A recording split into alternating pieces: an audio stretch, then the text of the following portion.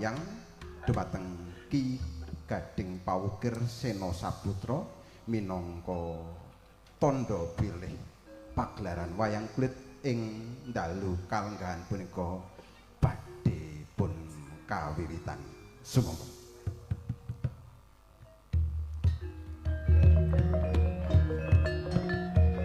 Mekaten mengkang lung tinampi wayang dumateng Ki Gading Pawukir Sena Saputra minangka tandha bilih pagelaran wayang badhe pun kawiwitan kanthi lakon Bagong Dadi Ratu.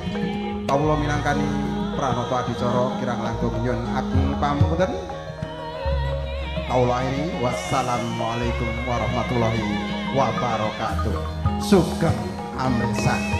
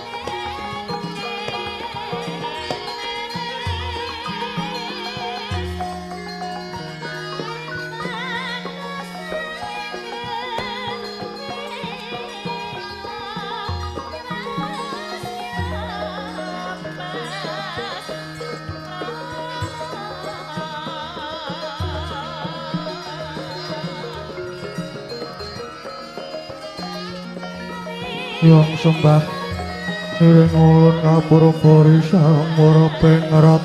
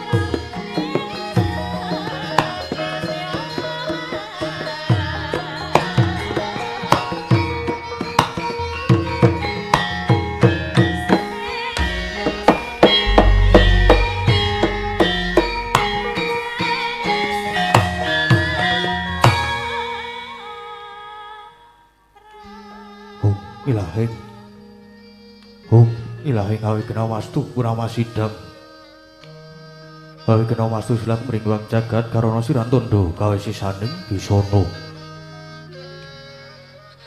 sono sinaulan kula paestu masil stantun lampahing Buddha cinantur tutur katelo tulo-tulat mring labden paradya winursita ngupama paraming neskara karo Gya tuning jaman Purwa. Widi sudah terangkang dinomo-domo pinardi tameng laloto mangkyo tekap wasananing Gupita tarun renggeng pralambang patumpo-tumpo marmo panggeng panggunggung sang mureng kota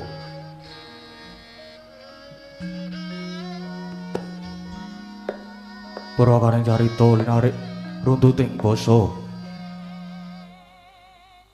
tungguing gunung emus roselene aras sang saya karaos ulat sari rohang rasa wani ruing diri rasa rumangsa ngrumangsani lir jalma milu waca jarweh wis jenakuk caing carita lo becik wis gumelar jroning pakliran ya iku kang sejati hampir sani pagelaran Ringgit Purwa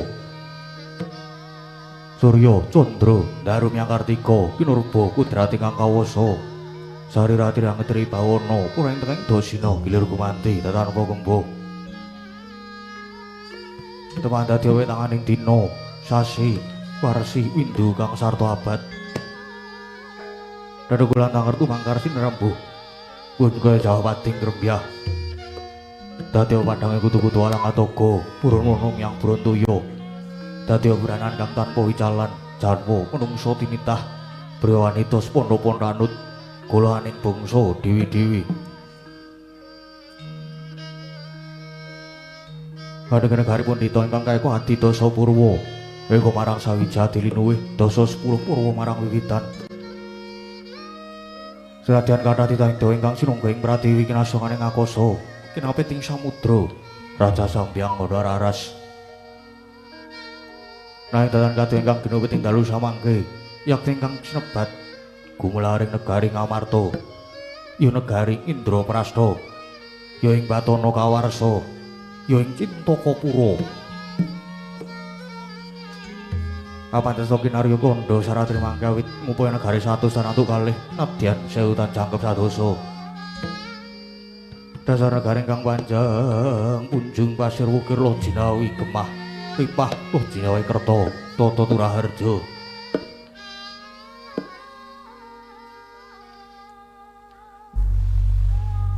Durasar kaulane sadaya samya sayek saeka kapti akarya luhuring nusa bangsa lan negari. Tuhu negari Ngendra Prasta kena wiastan negara ingkang gedhe obore padhang jagate dhuwur kukuse jero tancepe adoh marang kuncarane. Mula datan nama muka lamun wong tejane ngambar arum kuntaping nagri. Lah, sing tawa ingkang jumeneng nata ambek bau denda Nyakrawati. Ya Raja Juluk Moho Prabu Puntadewa, ya Prabu Yudhistira, ya Prabu Darmakusuma, ya Darma Wangsa, ya Sang Dija Kangka, ya Sang Ajata Satru.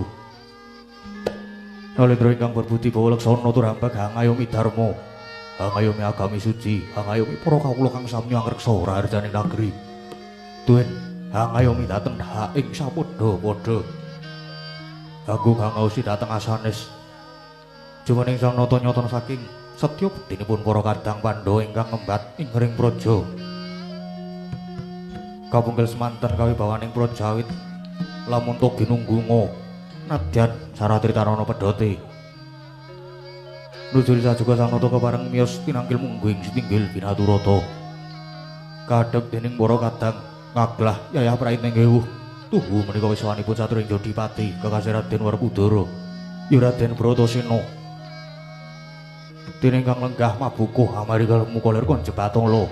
Tuhu menika wiswanipun Sang Pamadya Satria Madukara kasih Raden Harjuna, ya Raden Janaka, ya Raden Permadi. Datan kantun wiswanipun Satria kembar kemani anenggih Raden Akula saha Raden Sadewa.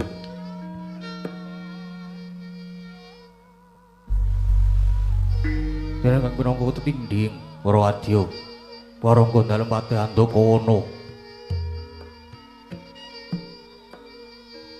Kasambet isoanipun para mantri bupati nayakaning praja. Ambar amblabar wanyaya samudra tanpa tepi. Maneka busanane para wadya tinon kadi panjraing puspita. Nalika semanten kagiat kadara wekasan nampi rawuh nyosang Brahmana peparep Begawan Wisnu Jati. Kepareng lenggah jajar lan sang nata pramila daya-daya acarani dadi mangkono pangodas maraning ndra ingkang dereng kawedharing lisan.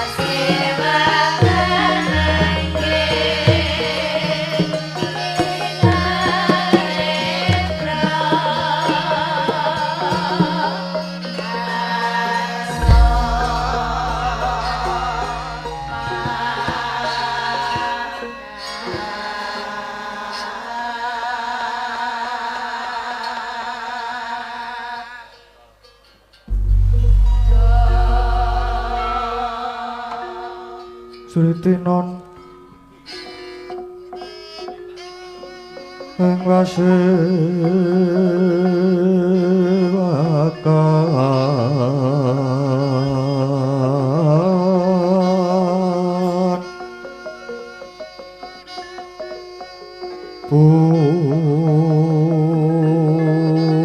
busana maneka warna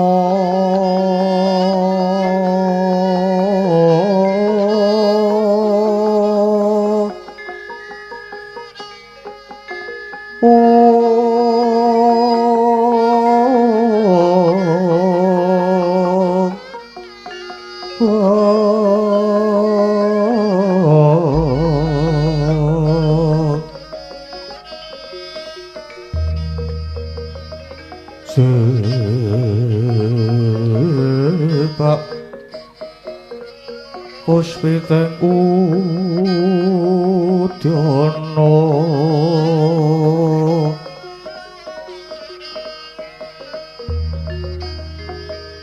nyang banjara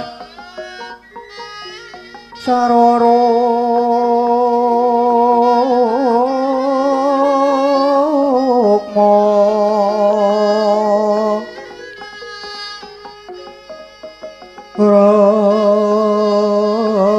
Ranggeng manik nara narata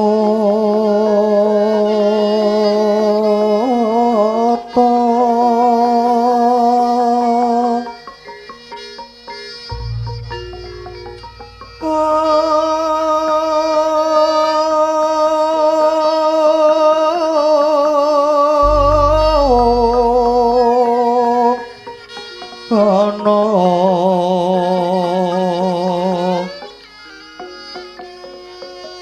ora banyak kang mirat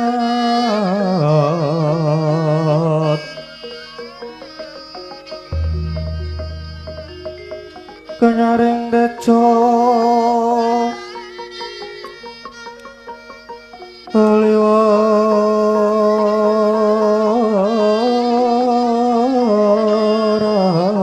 liwaran leraki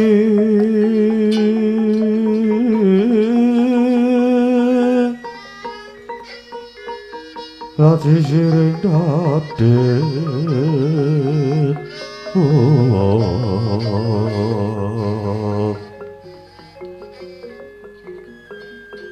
wimpo kakanda mreget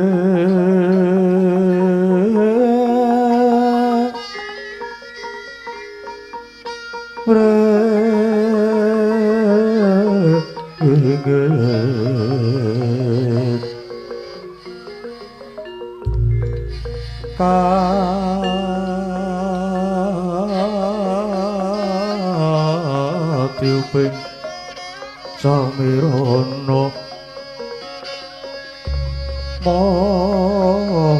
mandara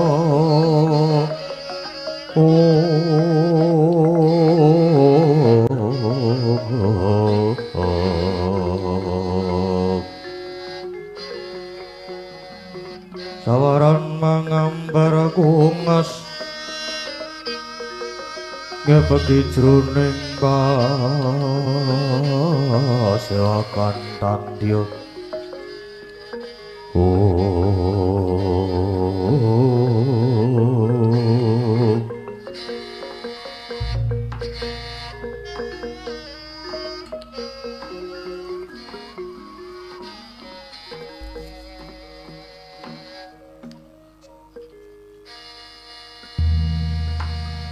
duh yang moro bingrat pati andokono sawise prayoga nggonira Maraksiba ingsun mundhut pawarta kadiparan nggonira nata para nayakaning praja lan angreksa kahar janing Prajapati Pati Andokono. Lho non inggih Awit mundi pangestu dalem Kanjeng Dewaji. Sedaya para nara praja miwah wadya sedaya sami sedya tuhu boten wonten ingkang ngliruaken dawuh tansah sumenggem ing karya. Senadyan para kawula ing negari ngamartogi tansah sumanggem ing karya akarya luhuring nusa bangsa lan negeri. Kula nun Sirun. Ya Pati. Ingsun nedha nrimo dene jeneng Sirapati widadda rumeksa prajan ingsun lan ngluhurake asma keprabon ingsun kang mangkono pagaryane kul lestarekna Patih Handakawana. Ai nun inggih kejawi saking menika sawanipun ingkang abdi kepatihan keparenga ngaturaken sumengkeming pangabekti mugi kunjuk wonten ngarsa paduka Kanjeng Dewaji. Patih, jeneng sira ngaturake pangabekti wis ingsun tampa akarya bombonging tias. Pangestu ingsun wae tumuli tampanana Patih Handakawana. Kula nun. Kabundhing mestaka mugi dados jimat paripih. Duh jimat pepunden kula. Ya ngadi remban bapa Begawan Wisuna Jati.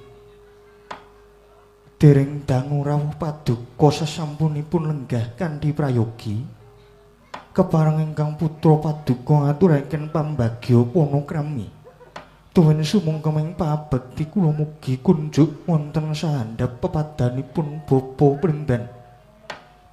Premban Wisuna Jati Ung Ilahing astu nama sidam ya anak Prabu Puntadewa kacadhong kanthi asta kekalih kapetelaken ing pranuja kacancing puncaking weni paring pambagyane anak Prabu ingkang rumentah marang pun bapa lan ya pamuji anak Prabu Punta lulus raharja praptaning pun bapa ora ana alangan sawiji apa kejaba saka kuwi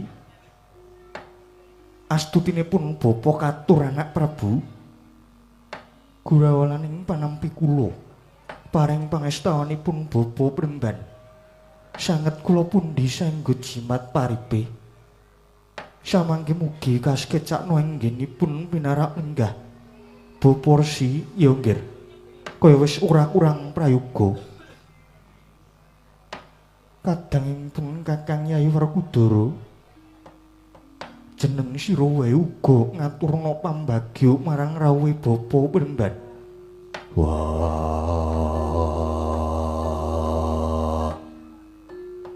barep Punta Aji kakangku.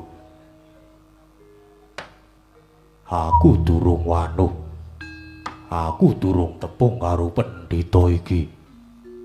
Wah, aku rasa dadak bageke. Nadyan mangkono. Ora ana alane lamun sira ngurmati marang panjenengane Bapa Premban. Merga nyatane panjenengane wis tak anggep dadi gurunipun Kakang Werkudara. Wah, yo. Begawan Wisnu Jati. Slamet tekamu. Ya Werkudara.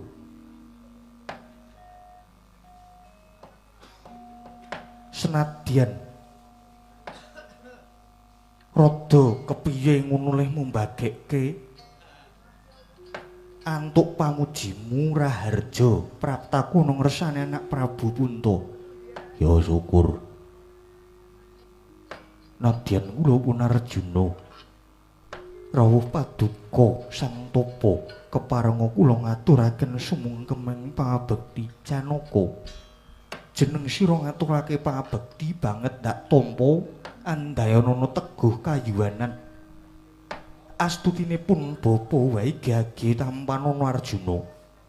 Kapundi wonten mestaka mugi dados jimat paribih. Nadyan kula pun kembar ugi ngaturaken pangabekti Premban. Kembar wis ndak tampa akarya gumbiraning manah. Duh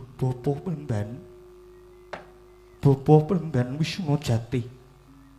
Persasat kadidene kajugrukan Wukir Sari kablabaking samudra madu inggih awit rawuhipun paduka bapa Premban Wisuna Jati lan ugi sanget ngaturaken gunging panuwun ingkang tanpa upami dene paduka bapa Premban lenggah wonten negari Ngamarta sampun kersa pinangka dados gurunipun para Pandhawa ugi ngembani negari Ngamarta Premban.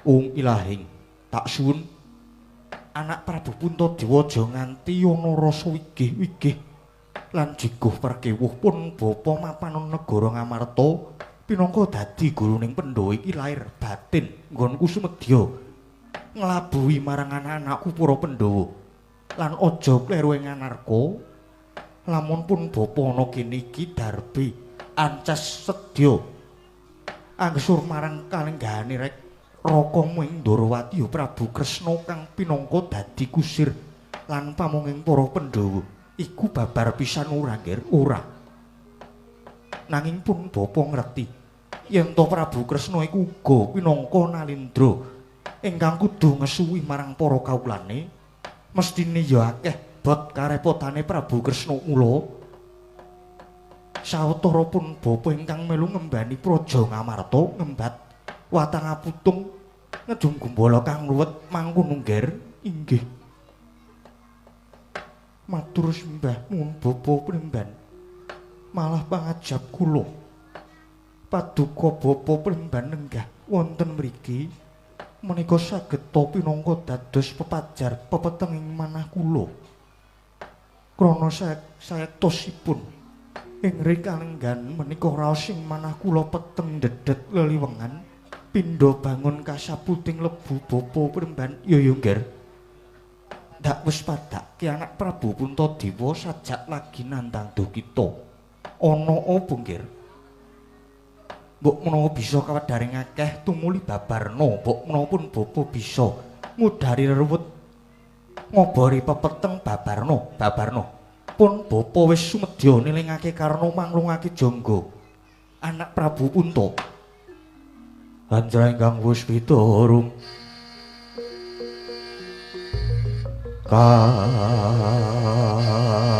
kasiliring samira nomre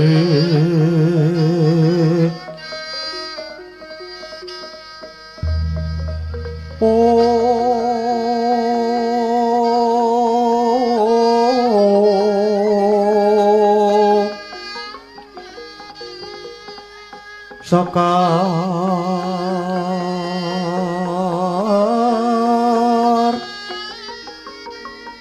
gaduh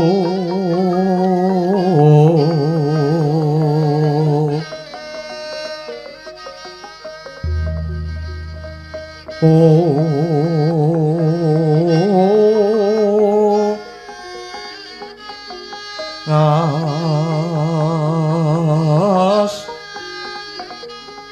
kadanyo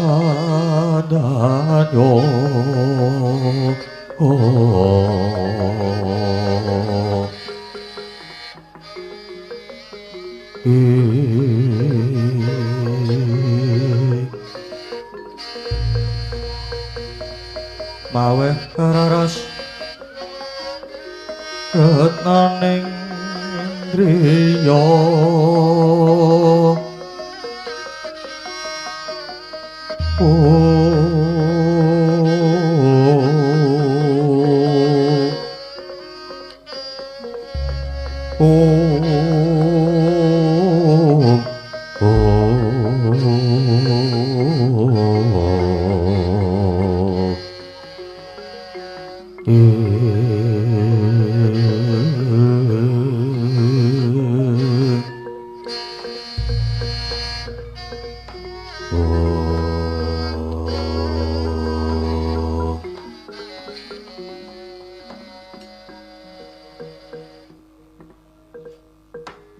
Popo Premban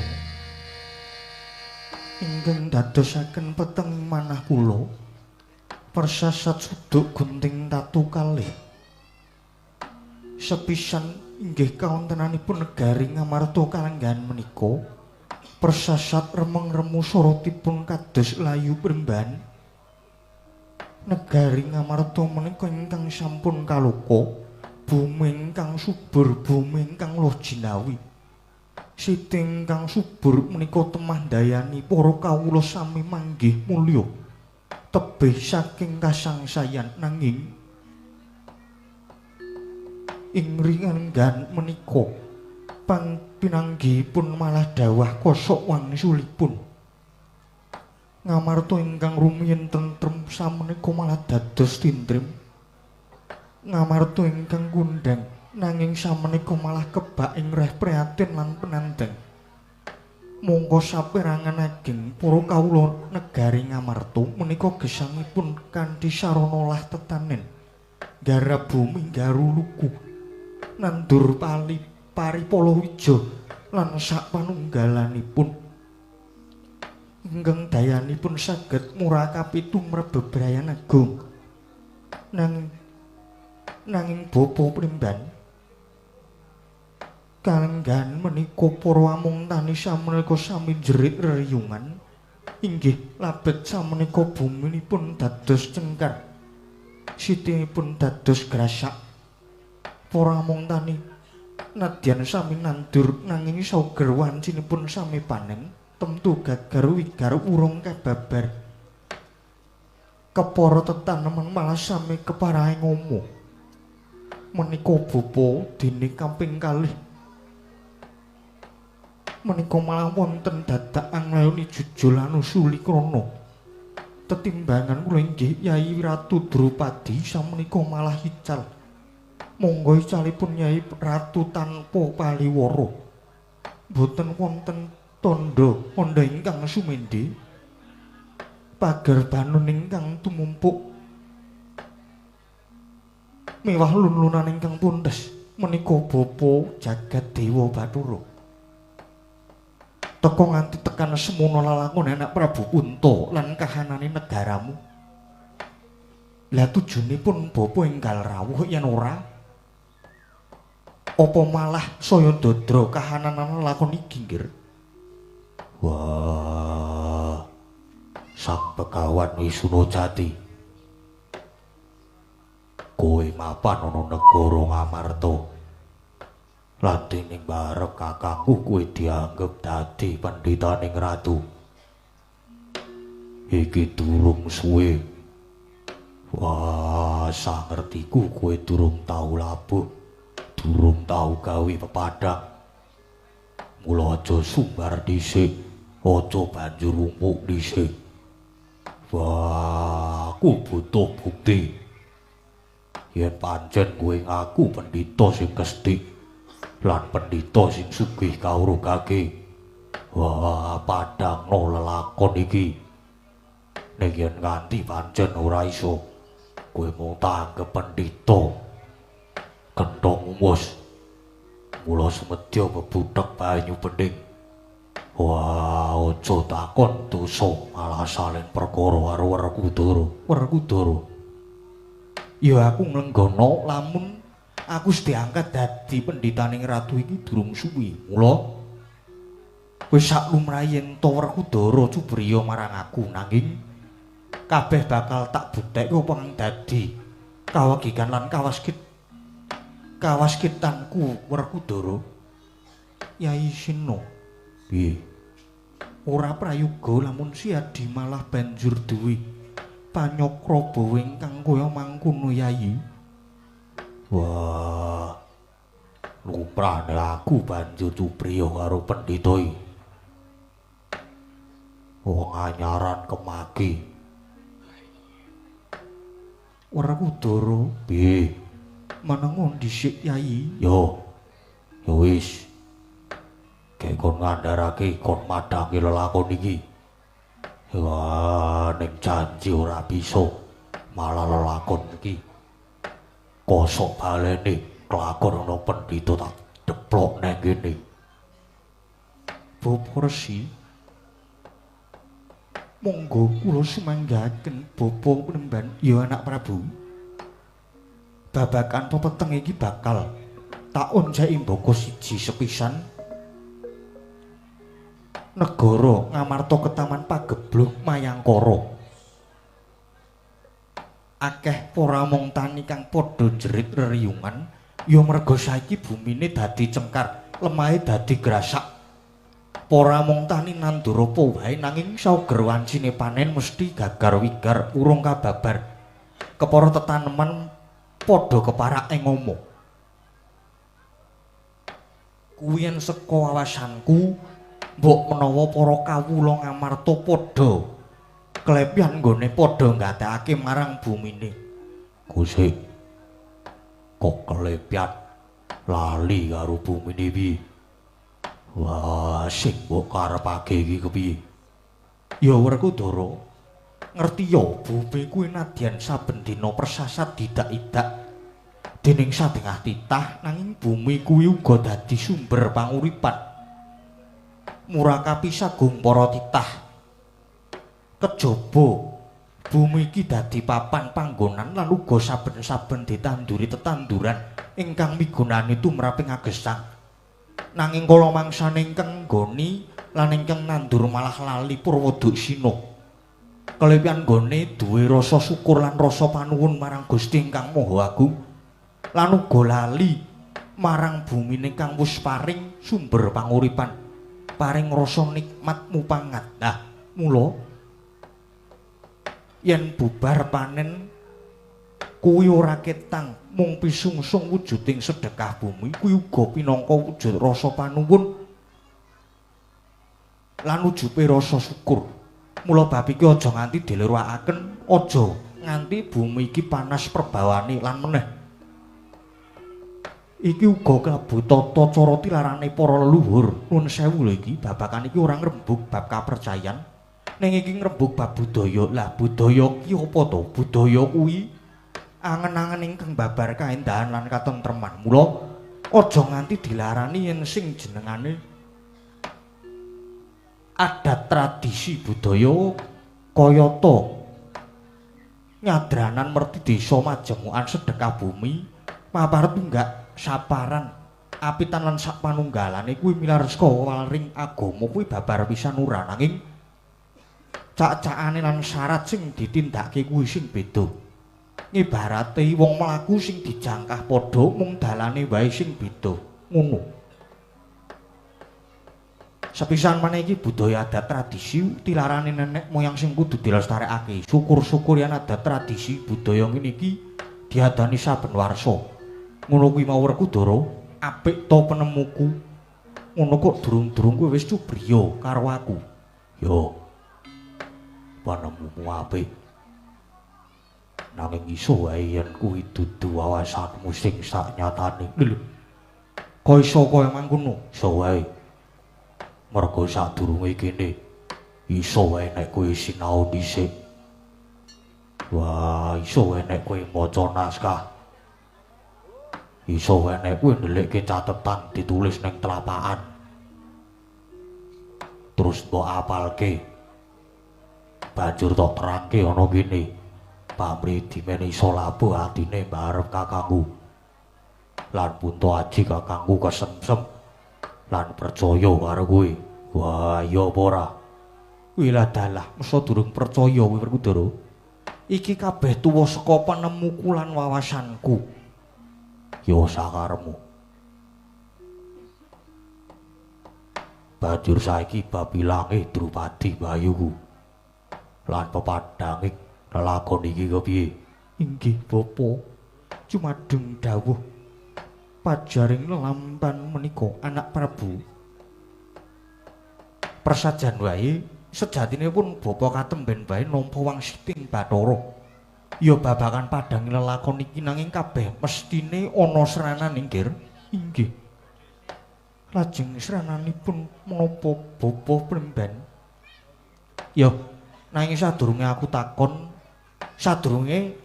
takon. Umpamane iki takon milih antarane ngurbanake wong siji lan ngurbanake wong akeh, anak Prabu Punta milih endi? Menapa ingkang dipun ngresakaken Bapa Plemban? Lho, mestine yen mung ngurbanake wong siji kuwi mestine kabeh kaulamu bakal slamet. Nanging yen kowe ora gelem ngorbanke salah siji kawulamu, ya pun bapa ora wani nanggung lan iki kabeh ya ana gandeng jenenge kelawan ilange garwamu. Ya kuwi Drupadi. Dadi kabeh padange lelakon iki kudu dianani tumbal. Perkudara piye? Wah, ora mathuk. Padange lelakon iki nek pancen dadak nganggo tumbal. Wah, mongko dadak nganggo kurban manungsa. Aku ora sarujuk. Wah, saiki dadi ketok nek pendhita iki mung bakal rusak ajak-ajak dosa upaya kanca. Cetha nek pendhita iki mung bakal mbebudhek banyu bening. Wah, aja gelem, rasa gelem. Kula inggih boten sarujuk Kuku Prabu. Dosa menapa ingkang dipun sandhang menawi dadak mawi kurban. Kula inggih boten sarujuk Kuku Prabu, kula inggih boten sarujuk Kuku Prabu. Bapa Pemben pajaring lelampan menawi dadak mawi kurban salah satunggaling kawula. Saestu kula sekadang kawratan bapa. Menapa boten wonten srana sanesipun? Yo, aku ngerti nanging syarat seranane umpama iki mengko kudu nganggo tumbal kurbane salah siji kawulamu. Nanging sing bakal didadekke kurban bekaka iki ya mung kawulamu utawa abdimu sing wis ora guna. Elinga. Kurban wong siji nanging kabeh padha slamet. Pinggir. Wah, mengko dhisik. Coba aku tak takon. Mung upama wae, umpama nganggo tumbal. Wah, sapa sing dadi kurbane?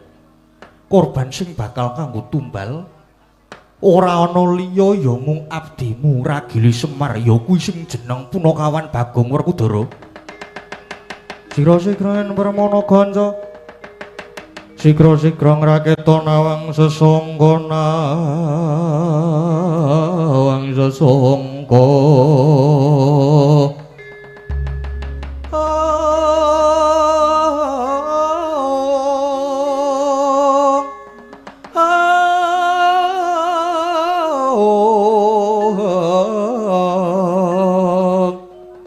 Nalendra marwa sing sangka Katri kumulung Katri kumulung mangrempeng madya korada kora ora reka kiri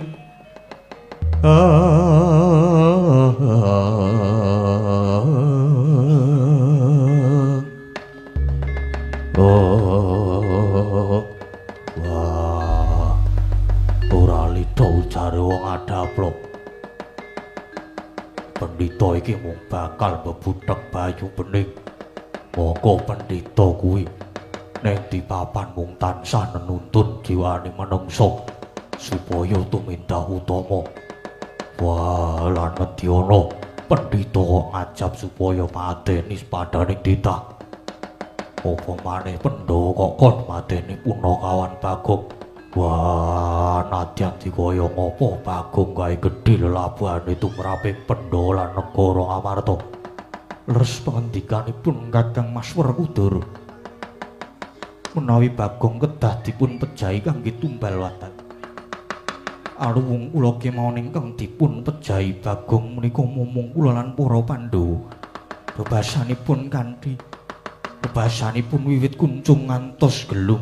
Wah, cetha. Cetha pendhita iki mung ayawara. Mumpung durung kebacut lek nesu. Wah, minggato silado.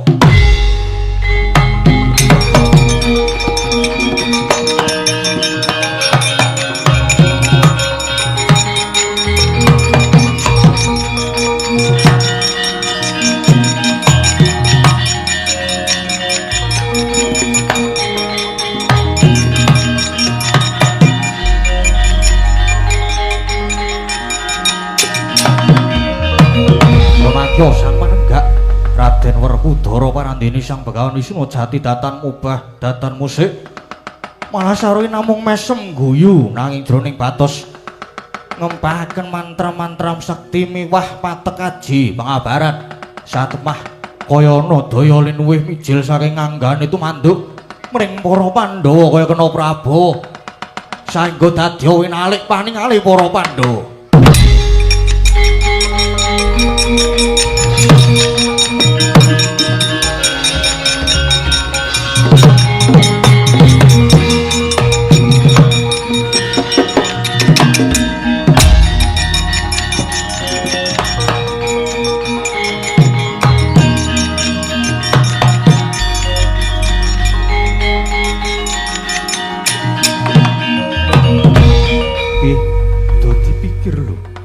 Kabeh mung supaya negara Ngamarta luwar saka penandhang.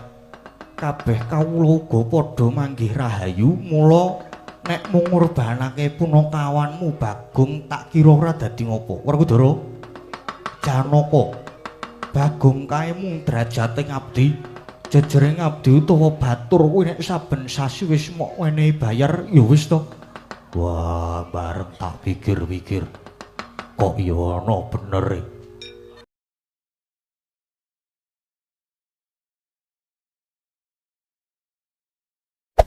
Hey there. Subscribe to my channel. And also press this bell icon.